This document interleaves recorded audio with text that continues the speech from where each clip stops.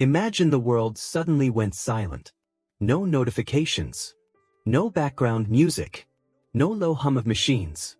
Just the raw, uninterrupted presence of yourself, breathing, waiting, existing. At first, it feels peaceful. But after a few minutes, an unease begins to rise from somewhere deep within. It's not boredom. It's something older, more primal, a whisper that says, "You are alone now." And you can finally hear it. That whisper is the truth most of us spend our lives drowning out. We scroll, stream, talk, and work, hoping the noise will protect us from it. Stillness, for many, isn't a comfort, it's a threat. Because when the world quiets down, the mind gets loud. In the quiet, you can no longer pretend. The thoughts you buried, the guilt, the regret, the restlessness, begin to surface. Your phone cannot rescue you. Neither can your achievements, your playlists, or your carefully built identity. In stillness, every mask starts to slip. This is the paradox of the modern spirit. We crave peace but fear what peace reveals. We buy candles and mindfulness apps. We talk about self-care and digital detox. But when the silence finally arrives, we reach for the nearest distraction. Stillness exposes the parts of ourselves we've hidden behind motion. It doesn't comfort the ego, it dismantles it. Psychologists have long known this pattern. Erich Fromm once described modern humans as automata, beings who have traded their inner life for the safety of constant activity. We confuse movement with meaning. We think if we just keep going, the emptiness will stay behind us. But it doesn't. It follows us into every room, waiting for the moment we stop. You can feel this when you lie in bed at night, phone on the pillow, eyes open in the dark. The stillness presses against you. Your mind searches for something to hold on to, a plan, a fantasy, a memory, anything but this fragile now. The silence is not empty. It's full of everything you've avoided. Yet within that discomfort lies a question so haunting it can't be ignored. What if stillness isn't the enemy, but the doorway? If movement is the way we escape ourselves, perhaps stillness is the way we return. And maybe, the reason we fear silence is not because it's empty, but because it's honest. To understand why stillness feels unbearable, you have to travel deep into the architecture of the human psyche, to the part that learned, long ago, that motion meant survival. Our ancestors moved to find food, to escape danger, to stay alive. Stillness, in nature, meant exposure. A creature that stopped moving became prey. That ancient coding still lingers in the modern nervous system, disguised as productivity and ambition. When you feel restless sitting alone, you're not weak. You're echoing thousands of years of evolutionary alarm. Your biology mistakes quiet for threat. But biology is only half the story. The other half is psychological, the invisible culture of avoidance we've built around it. From childhood, we're rewarded for action, not reflection. We learn that movement equals worth. Sitting in silence earns suspicion, even shame. The student who stares out the window is distracted. The adult who takes a day off is lazy. Stillness is mistaken for failure because it doesn't produce anything the world can measure. This distortion was brilliantly dissected by Erich Fromm in The Sane Society. He observed that the modern individual no longer is, they merely have. We no longer ask, "Who am I?" but "What can I show?" The result is a subtle terror. When all the doing stops, what remains? Carl Jung called it the encounter with the shadow, that moment when you face the hidden parts of yourself, the impulses and emotions you denied to appear good or successful. Stillness exposes the shadow in full light. It reveals the fears behind your ambition, the loneliness behind your busyness, the hunger behind your perfectionism. And since most of us are unprepared for that encounter, we run. We run into noise, into tasks, into self-improvement, anything to drown the whisper that says, there is something within you waiting to be seen. The tragedy is that the more you run, the louder that voice becomes. Anxiety isn't only a malfunction of the brain, it's the language of the unseen self, crying out for attention. Viktor Frankl wrote that meaning is discovered not in movement, but in presence, the willingness to stand still before life's questions without fleeing. Yet modern culture has inverted that logic. We think meaning must be achieved through constant effort. We search for purpose like a product on a shelf, not realizing that meaning doesn't live at the end of activity. It emerges in the quiet recognition of what already is. This is why stillness feels like death to the modern ego. Because it threatens to reveal that your identity, this carefully maintained story of productivity and control, is just another noise. Stillness doesn't erase who you are. It removes who you are not. It strips away the performances and leaves only consciousness itself, raw, uncertain, and free. And that, perhaps, is the root of our fear. Freedom without distraction feels too vast to bear. You can see the fear of stillness everywhere, hidden in the speed of our cities, the glow of our screens, the compulsion to stay busy even when nothing needs to be done. Silence has become the one environment we cannot tolerate. Modern life rewards the restless. The algorithms feed on motion, the economy thrives on distraction. Your attention has become a currency, and stillness, in that system, is rebellion. Because when you stop reacting, you stop consuming. When you stop consuming, you start noticing. And when you start noticing, you begin to remember that not everything that demands your attention deserves it. But this rebellion carries a cost. The inability to be still fractures the psyche. It severs the connection between thought and awareness.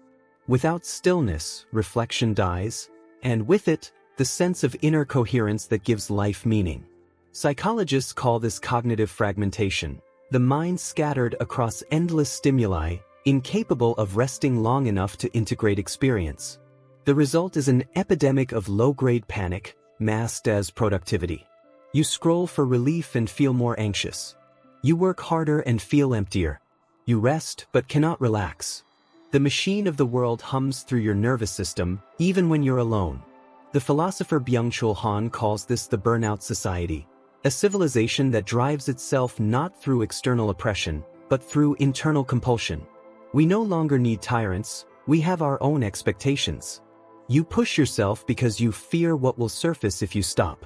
In this sense, exhaustion isn't a side effect of modern life, it's its main product. Stillness would force a confrontation with what all this motion hides: grief, loss, insignificance.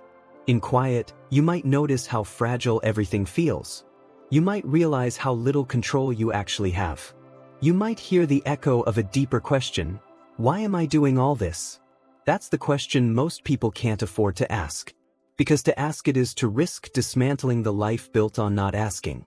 So the world keeps turning faster and faster, and we call it progress. Yet the consequences are visible in our bodies: anxiety that simmers without cause, attention spans that collapse, relationships that wither under constant distraction. The nervous system never returns to baseline. We live suspended between stimulation and emptiness. The irony is almost cosmic. We have built a civilization to escape discomfort, and in doing so, we have made ourselves more uncomfortable than ever. Stillness is not the absence of life. It's the foundation of perception.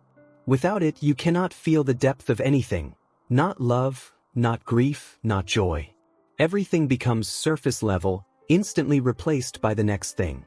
And perhaps this is the most terrifying truth of all. At some point, the exhaustion becomes undeniable. You can feel it in your chest, a dull pressure that no vacation or playlist can fix. The noise you once used to distract yourself now feels like static inside your bones. This is where rebellion begins, not in shouting louder, but in choosing silence. You start small. A few minutes without your phone. A walk without music. A night without screens. The world doesn't end, but something else does. The illusion that your worth depends on constant motion. What replaces it is unsettling at first. A void, a vast quiet that seems to stretch forever. You meet the echo of yourself, and for a moment, it feels like standing at the edge of an abyss. But then, something changes. The abyss begins to speak.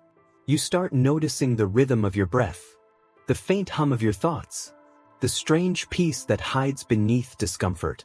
Stillness reveals not emptiness, but presence.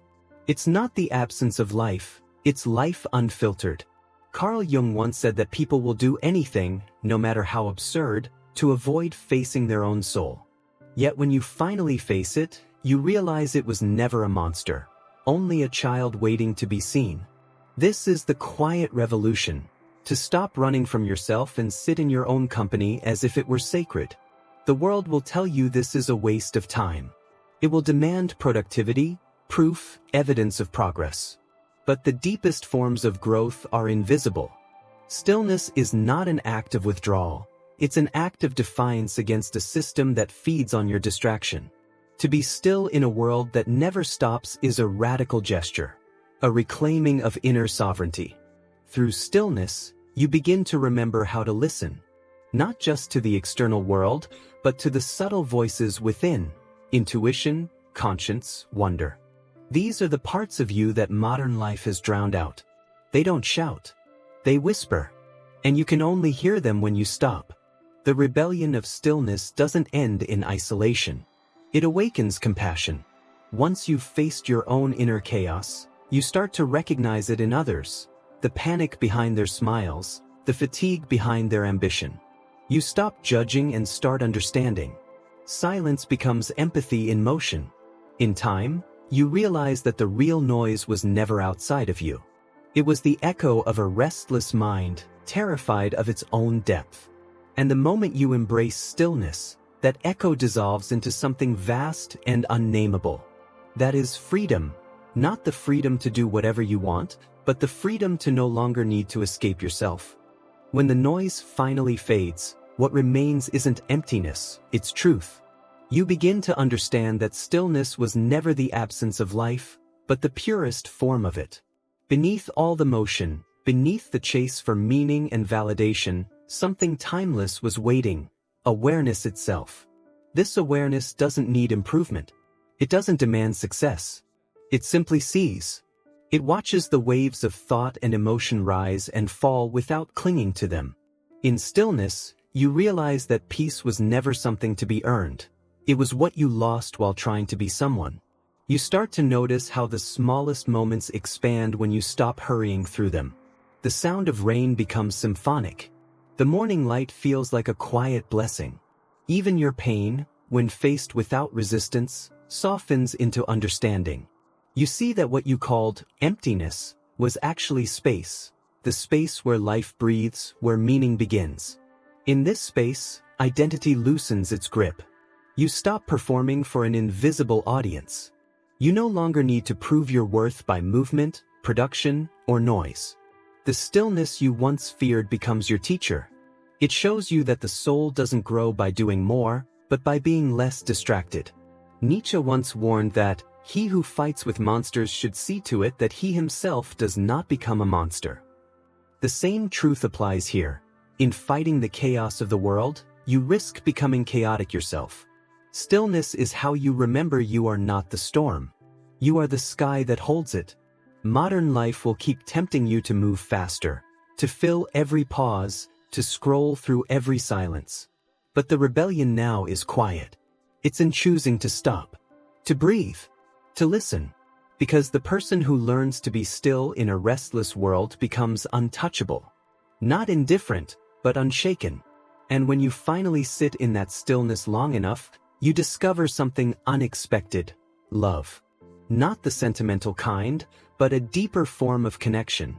The realization that everything you once chased was already part of you. Thank you for walking through this reflection with me. May the silence you once feared become the home you return to.